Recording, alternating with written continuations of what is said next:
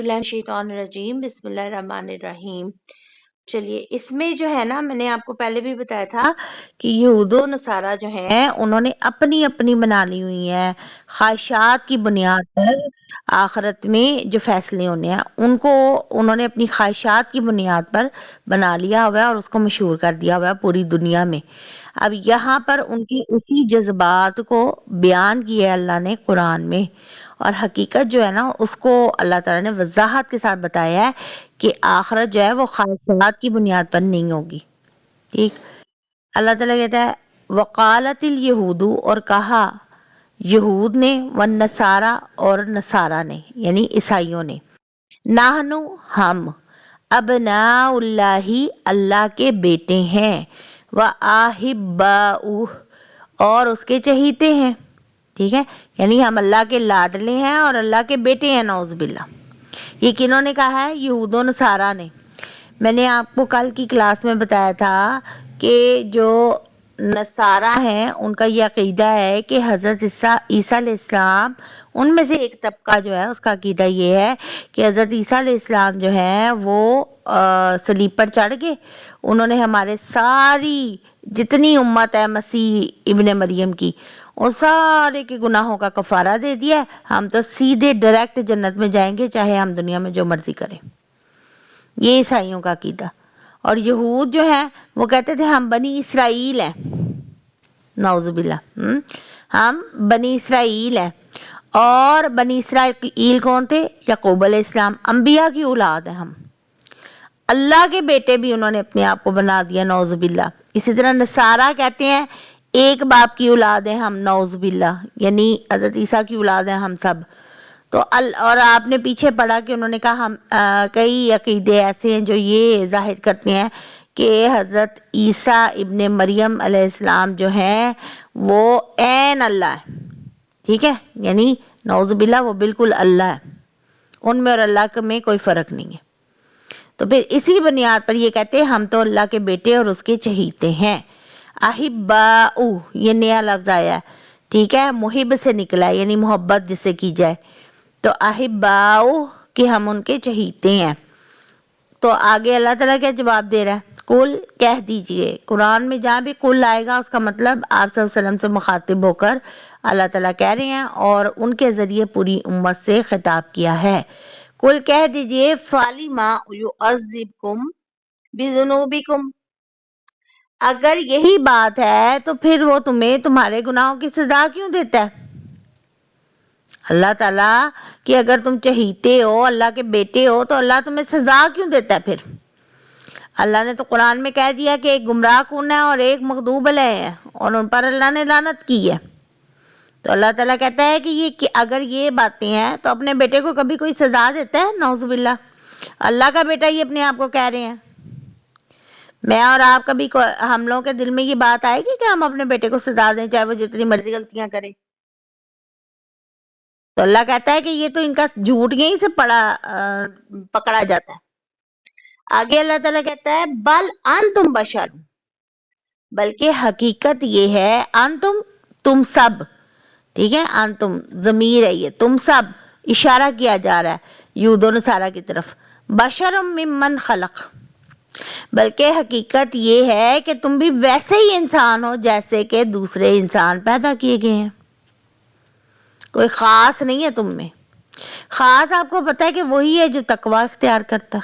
अल्लाह के यहाँ ख़ास वही है, चाहे वो अंबिया की औलाद है, चाहे अपनी ख्वाहिशात पे जितना मर्जी इंसान आगे बढ़ जाए, लेकिन वो उसी वक्त अल्लाह का तकर्रुब, अल्लाह की करीबी इख्तियार कर सकेगा जब वो जो है अल्लाह का तकवा इख्तियार करेगा, अल्लाह की नाफरमानी से डरेगा।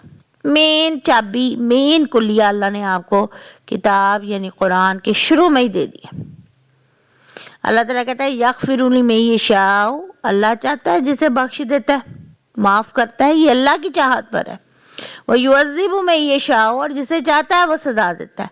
और आपको अल्लाह ताला ने पूरा क्राइटेरिया बता दिया है जज़ा और सज़ा का। कुरान में अल्लाह ने बता दिया कि किसको अल्लाह सज़ा देगा, जो कि गुनाह करेगा, तकवा इख्तियार नहीं करेगा, बुरे काम करेगा। उन बुरे कामों से बचना भी हमारे लिए फ़ायदेमंद है।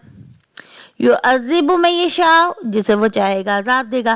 یشاء کا مطلب ہے چاہنا، چاہت. ٹھیک ہے.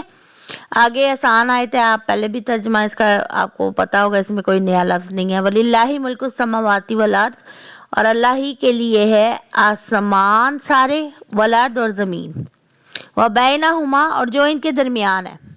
اچھا یاد رکھیں کہ زمین اور آسمان کے درمیان جو گیپ ہے نا، اتنا ہی گیپ بالترتیب 7 آسمانوں کے درمیان ہے. اور ان 7 آسمانوں کے درمیان جو بھرا ہوا ہے نا، وہ بیریئر جو ہے وہ پانی کا ہے. باقی جو 7 آسمان ہے نا بالترتیب ایک دوسرے کے اوپر، ان کے درمیان بیریئر جو ہے وہ پانی کا ہے. یہ احادیث کے اور کئی چیزوں سے علماء نے اخذ کیا ہے. یہ علماء کی بات بتا رہی ہوں، یہ کسی بھی یعنی ہمیں قرآن کی کسی آیت سے نہیں ملتا. وَإِلَيْهِ مَصِيرٌ، اور اسی کی طرف لوٹ کر جانا. لوٹنا کیسے ہے؟ مرنا، اس کے بعد زندہ ہونا، پھر اسی کی طرف جانا ہے. مصیر کا مطلب ہے واپس جانا. یا اہل الکتابی، اے اہل کتاب، جب بھی لفظ آتا ہے نا یا اہل الکتابی، اس میں میکسیمم آپ دیکھیں کہ خطاب یہود و نصارہ سے ہوگا، کیونکہ الہامی کتاب انہی کے پاس ہے.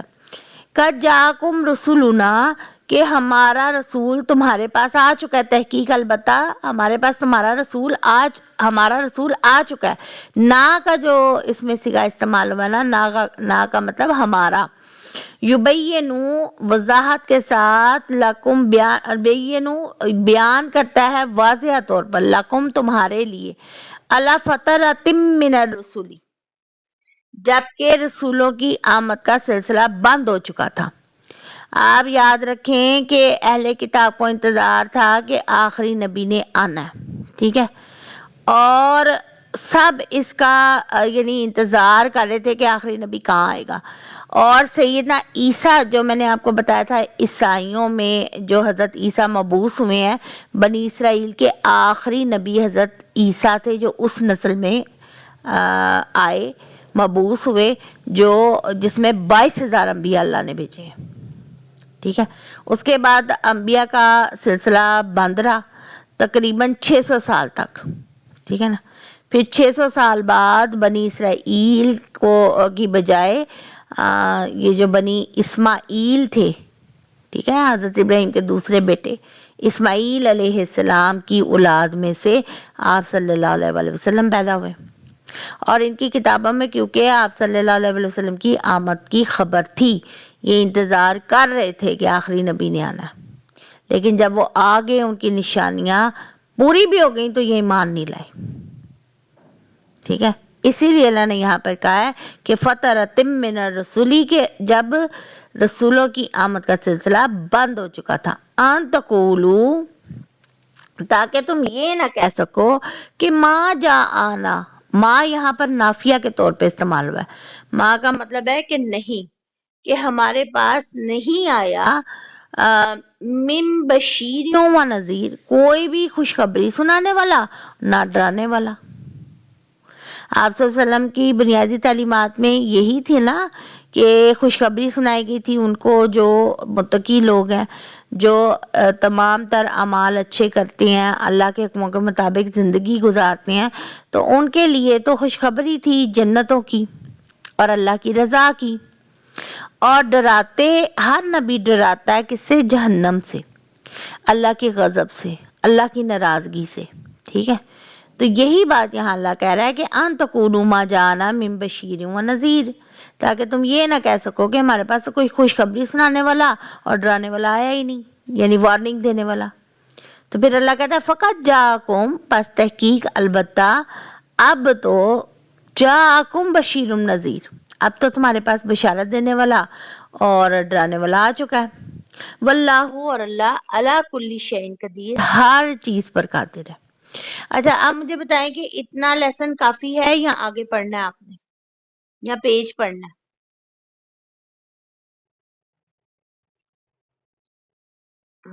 لکھنا بھی ہے اور اس کے ورڈز میننگ بھی اچھے طریقے سے آپ لوگوں نے یاد کرنی ہے. ہاں جی، میں نے اب کل والی بھی بھیج دی ہے ریکارڈنگ، اور آج والی بھی میں آپ کو نا ٹیگ کر دیتی ہوں سسٹر اشری. ٹھیک ہے. ابھی ٹھیک ہے.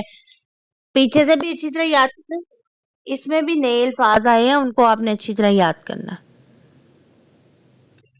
ٹھیک ہو گیا نا؟ تو کیونکہ پچھلی دفعہ میں نے پورا پیج پڑھا دیا تھا، لیکن نا آپ میں سے اکثر نے ٹیوزڈے کو چھٹی کر لی۔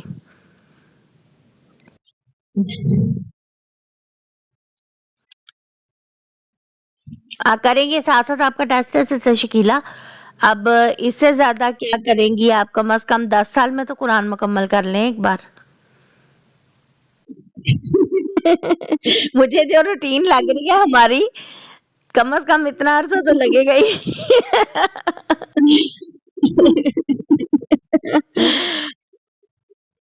آمین اللہ تعالی۔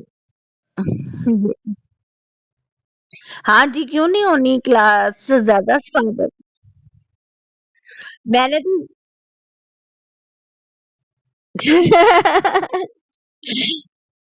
نہیں نہیں، اللہ تعالیٰ آپ کی وقت میں برکت دے۔ آمین۔